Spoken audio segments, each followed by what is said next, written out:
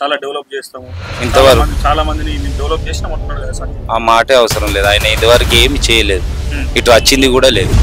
10 మంది అలాగే ఆయననే కుంభకోణం చేసి లాభపడ్డాడని తెలుసు కానీ బండి సంజయ్ ఇలాంటి మాలాంటి గరీబులకు మాత్రం ఏనాడు అణిగి తొక్కాలనే చూసిండు కానీ ఏం చేయలేదు.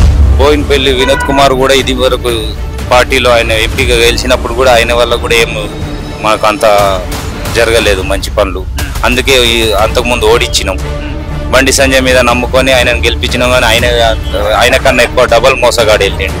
ఈసారి వెలిచాల రాజేందర్ రావునే గెలిపియాలని చూసుకుంటున్నాం. ఎందుకంటే మీది మన కింది పార్టీ మా రేవంత్ అన్న అట్లే అందరూ అపోహంతో ఇట్లా చేస్తాడు అట్లా చేస్తాడు అన్నాడు, కానీ అందరికన్నా మంచి గ్యారంటీలు అన్ని అమలు చేసి ఇచ్చిండు. వచ్చిన వాళ్ళే ఇంకా నాకు నేను తెలియనట్టు ఉంటే వాళ్ళే నాకు చెప్తారు, నువ్వు ఏ పార్టీకి ఎత్తావు అంటే కాంగ్రెస్ పార్టీకి వెయ్యి, వేరే పార్టీ ఏదే నీకు తెలుసు కదా అంటే నాకు నేను మర్చిపోదామన్నా కానీ నాకే యాద్ చేస్తారు కాంగ్రెస్ పార్టీకి వేయాలి అని.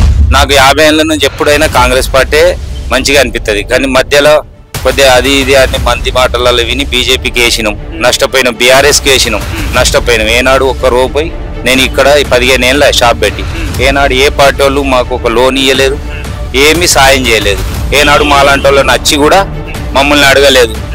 ఉన్న వాళ్ళకే లోన్లు పోతున్నాయి, అన్ని పోతున్నాయి, సబ్సిడీలు పోతున్నాయి, కానీ మాలాంటి గరీబులకు మాత్రం ఏం లేదు. ఓకే, ఇక్కడ ఒక పంచర్ షాప్ అన్న ఉన్నాడు, మాట్లాడే ప్రయత్నం చేద్దాం. నమస్తే అన్న. నమస్తే. ఏం పేరే? మొహమ్మద్ కలీం. నీదేనా షాపు? నాదే. మంచిగా నడుస్తుందా? మంచిగా నడుస్తుంది. ఓకే, ఇప్పుడు మీ కరీంనగర్ పార్లమెంట్ కి ఎంపీ ఎవరు తెలుసా? బండి సంజయ్. బండి సంజయ్ చూసినా ఎప్పుడన్నా? ఇంతవరకు చూడలే. ఫోటోలో తప్ప ఇప్పుడు మళ్ళీ పార్లమెంట్ ఎన్నికలు నడుస్తున్నాయి. బీజేపీ నుండి బండి సంజయ్ పోటీ చేస్తున్నాడు, కాంగ్రెస్ నుండి వెలిశాల రాజేందర్ రావు పోటీ చేస్తున్నాడు, అవునండి, బీఆర్ఎస్ నుండి బోయినపల్లి వినోద్ కుమార్ పోటీ చేస్తాను. ఈసారి ఎట్లుంటది అన్న? ఎవరికి పోటేస్తావు? ఈసారి మేము వెలిశాల రాజేందర్ రావుకు కాంగ్రెస్ పార్టీ తరఫున వేద్దామని. కాంగ్రెస్ వల్లనే మాకు ఇంత లాభం జరుగుతుంది. మాలాంటి గరీబులకు ఇండ్లు కానీ మాలాగా పని చేసుకునే వాళ్ళకి కానీ మేలు జరుగుతుందని దానికి జరుగుతున్నాం. ఎందుకు బండి సంజయ్ కూడా అంటున్నాడు కదా, నిరుపేద కుటుంబాలకు న్యాయం చేస్తాము, చాలా డెవలప్ చేస్తాము, ఇంతవరకు చాలా మందిని డెవలప్ చేసినాం అంటున్నాడు కదా సంజయ్. ఆ మాటే అవసరం లేదు. ఆయన ఇంతవరకు ఏమి చేయలేదు, ఇటు వచ్చింది కూడా లేదు. సిరిసిల్లలో కూడా ఎన్నో వాగ్దానాలు చేసిండు కానీ ఏనాడు వెళ్ళలేదు. ఆయననే లాభపడ్డాడు కానీ మాలాంటి వాళ్ళకు ఏనాడు మేలు చేయలేదు.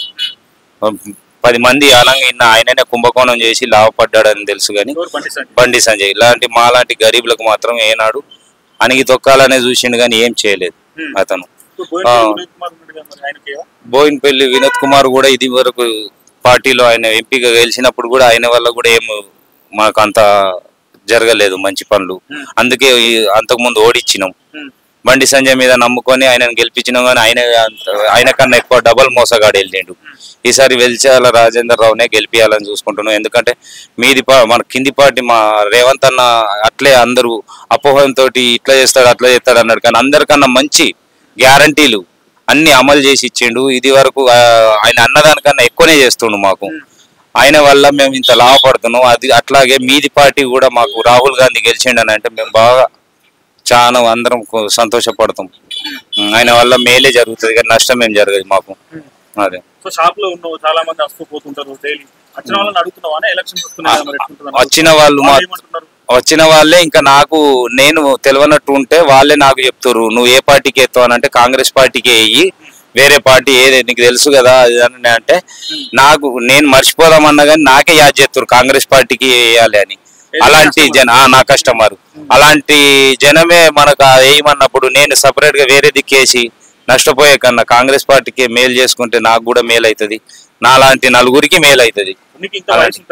కాంగ్రెస్ పార్టీ ప్రభుత్వంలో ఉన్నప్పుడు నాకు 50 ఏళ్ళ నుంచి ఎప్పుడైనా కాంగ్రెస్ పార్టీ మంచిగా అనిపిస్తుంది. కానీ మధ్యలో కొద్దిగా అది ఇది అని మంది మాటలలో విని బీజేపీకి వేసినాం, నష్టపోయినాం. బీఆర్ఎస్కి వేసినాం, నష్టపోయినాం. ఏనాడు ఒక్క రూపాయి నేను ఇక్కడ 15 ఏళ్ళ షాప్ పెట్టి ఏనాడు ఏ పార్టీ వాళ్ళు మాకు ఒక లోన్ ఇవ్వలేదు, ఏమీ సాయం చేయలేదు.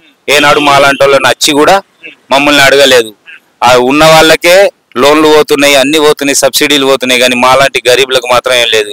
మేము రెక్కాడితే డొక్కాడినట్టు మేము ఇదే పనులు చేసుకుంటున్నాం. కానీ ఈ కాంగ్రెస్ పార్టీ వల్ల మొన్న ఇల్లు గిన్నె రూపాయలు దొరుకుతున్నాయి, ఇంత కరెంట్ బిల్లు ఫ్రీ అయింది, ఇంత గ్యాస్ కూడా తక్కువ రేట్ అయిపోయింది, పప్పు ఉప్పు కూడా ముందట ఇస్తా అన్నారు. వాళ్ళు కంపల్సరీ మాట ఇచ్చిందని అంటే సోనియమ్మ ఎప్పుడైనా మాట తప్పలేదు. ఏనాడు తెలంగాణ కూడా ఇస్తా అన్నది ఇచ్చింది. అలాంటి వాళ్ళు మళ్ళీ తిరిగి వస్తే మాకే మేలు జరుగుతుందని ఆ చేతి గుర్తుకే వేయాలని మేము చూస్తున్నాం.